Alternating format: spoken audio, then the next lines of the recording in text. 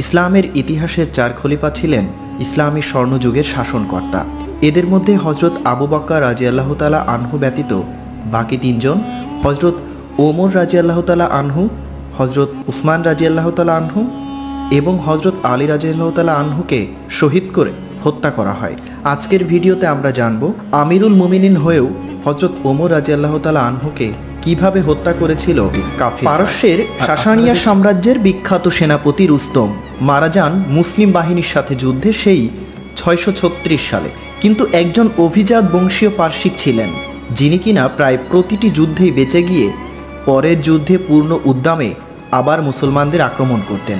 তার নাম ছিল হরমুজান। একদম শেষ যে যুদ্ধ তিনি করেছিলেন সেটা ছিল 642 সালে সুস্তারের যুদ্ধ। মুসলিম বাহিনী পারস্যের বাহিনীকে পরাজিত করে ফেলবার ঠিক আগ মুহূর্তে দুর্গে থাকা হরমুজানের লোকেরা নিজেরাই পরিবারের সদস্যদের হত্যা করে নিজেরা আত্মহত্যা করেন, যেন মুসলিম বাহিনীর কাছে আত্মসমর্পণের গ্লানি সহ্য করতে না হয়। কিন্তু হরমুজান আত্মসমর্পণ করেন। এরপরের কাহিনী মোটামুটি অনেকেরই জানা। শাস্তি হিসেবে তার মৃত্যুদণ্ডই প্রাপ্য। ওমর রাদিয়াল্লাহু তাআলা আনহুর দরবারে তাকে এনে উপস্থিত করা হলো। হরমুজান তার সামনে পানি পান করতে চাইলেন, তাকে পানি দেওয়া হলো। তিনি আশেপাশে তাকালেন, যেন আশঙ্কা করছেন পানি পানরত অবস্থাতেই তাকে হত্যা করা হবে। ওমর রাদিয়াল্লাহু তাআলা আনহু বললেন, ভয় করো না, পানিটা শেষ করা পর্যন্ত তোমাকে কেউ কিচ্ছু করবে না। সাথে সাথে হরমুজান পানি ফেলে দিল। এখন ওমর রাদিয়াল্লাহু তাআলা আনহু যে কথা দিয়েছেন সেটা রাখতে হলে আর তাকে হত্যা করতে পারবে না। সত্যি সত্যিই ওমর রাদিয়াল্লাহু তাআলা আনহু তাকে আর মারলেন না। তিনি পরে মৃত্যু এড়াতে ইসলাম গ্রহণও করেছিলেন, পেনশনও নিতেন রাষ্ট্র থেকে, কিন্তু তিনি মন থেকে মুসলিম হয়েছিলেন কিনা সেই সন্দেহ রয়ে যায়। 644 সালের অক্টোবরে ওমর রাদিয়াল্লাহু তাআলা আনহু মক্কায় হজ করতে যান। কথিত আছে কে যেন চিৎকার করে বলে ওঠে, এটাই তার শেষ হজ, আর কখনো এখানে আসবেন না ওমর। কঙ্কর ছুঁড়ে মারার এক পর্যায়ে কে যেন তার মাথায় পাথর ছুঁড়ে মারে। ওমর রাদিয়াল্লাহু তাআলা আনহু এতে আহত হন। 636 সালে যখন পারস্যের রুস্তম পরাজিত হন, তখন তার বাহিনীর এক সেনা কৃতদাস হিসেবে মুসলিমদের অধিকারে আসে। তার নাম ছিল ফিরোজ ওরফে আবু লুলু। তাকে মুগিরা রাদিয়াল্লাহু তাআলা আনহুর অধিকারে দেওয়া হয়। আবু লুলু ওরফে ফিরোজ, তিনি কিন্তু মুসলিম ছিলেন না, তিনি ছিলেন অগ্নি উপাসক। একদিন ফিরোজ হজরত ওমর রাদিয়াল্লাহু তাআলা আনহুর কাছে এসে বলল যে মুগিরা রাদিয়াল্লাহু তাআলা আনহু তার উপর বেশি কর আরোপ করেছেন। ওমর রাদিয়াল্লাহু তাআলা আনহু মুগিরার উত্তর তলব করলেন। মুগিরা রাদিয়াল্লাহু তাআলা আনহুর উত্তর সন্তোষজনক ছিল। ওমর রাদিয়াল্লাহু তাআলা আনহু তখন ফিরোজকে বললেন, তুমি নাকি ভালো বায়ুকল বানাও, আমাকেও একটা বানিয়ে দাও। অগ্নি উপাসক আবু লুলু বলল, আমি আপনার জন্য এমন কিছু করব যা সারা দুনিয়ার মানুষ জানবে। হজরত ওমর রাদিয়াল্লাহু তাআলা আনহু তার সঙ্গীদের লক্ষ্য করে বললেন, দেখো সে কিন্তু আমার সাথে অঙ্গীকার করেছে। এই কথা বলে তিনি তাকে বিদায় দিলেন।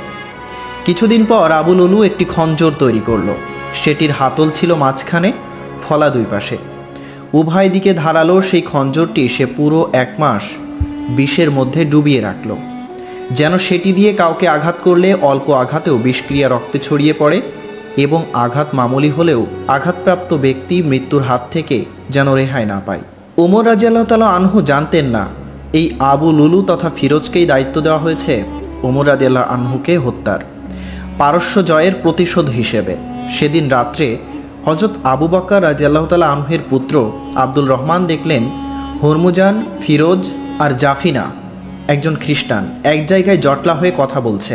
এমনিতে এটা অস্বাভাবিক কিছু ছিল না, কিন্তু তার উপস্থিতি টের পেতেই ফিরোজের হাত থেকে একটা 2 মুখো ছোরা পড়ে গেল। এই ছোরাটা যে হরমুজানের ছোরা সেটা তিনি জানতেন, কিন্তু এখানে কোনো অপরাধ সংগঠিত হচ্ছিল না যে সেটা দেখে ব্যবস্থা নিতে হবে। পরদিন ভোরবেলা 644 সালের 31 অক্টোবর ফিরোজ মসজিদে নবাবিতে গিয়ে ফজরের নামাজে ইমামতি করতে থাকা রাতের আধারে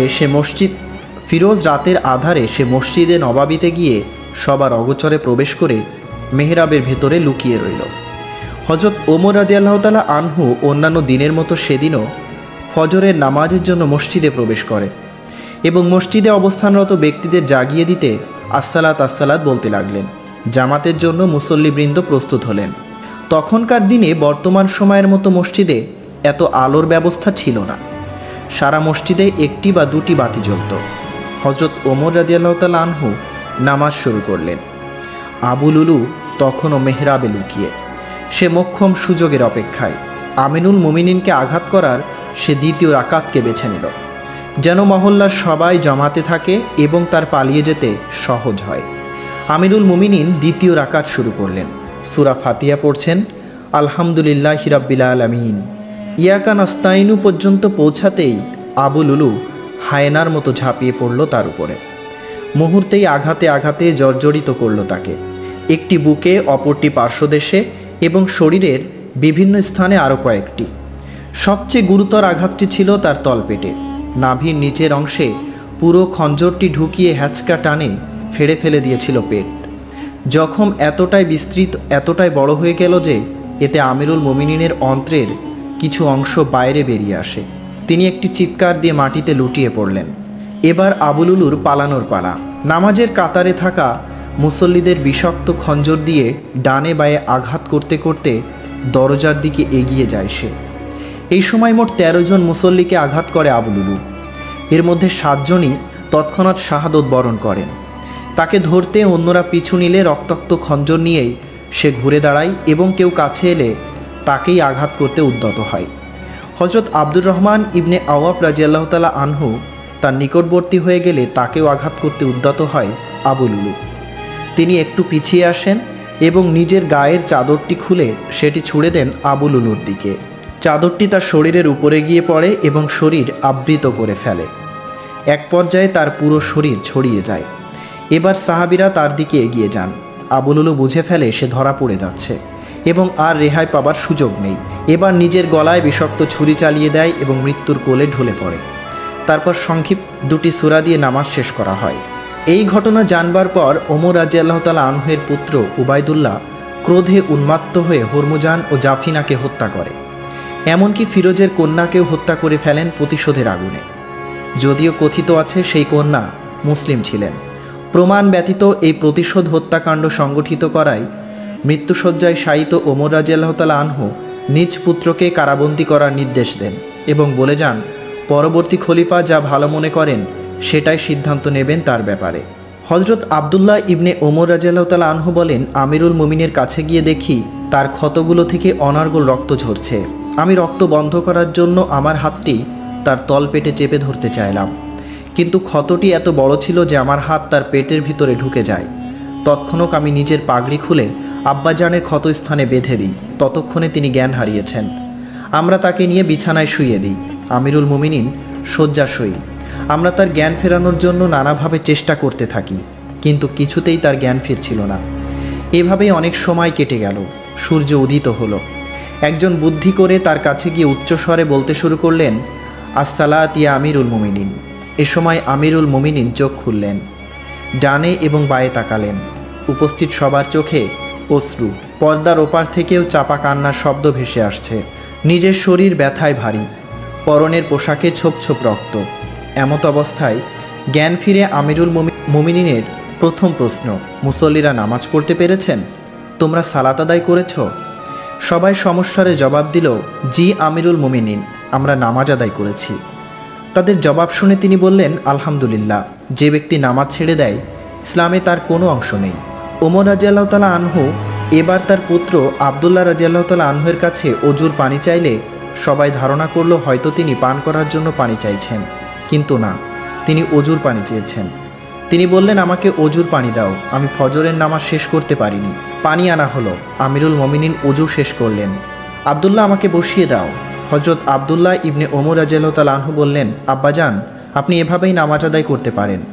হজরত ওমর রাদিয়াল্লাহু তাআলা আনহু কঠোর হয়ে পুনরায় নিজেকে বসিয়ে দেওয়ার নির্দেশ দিলেন।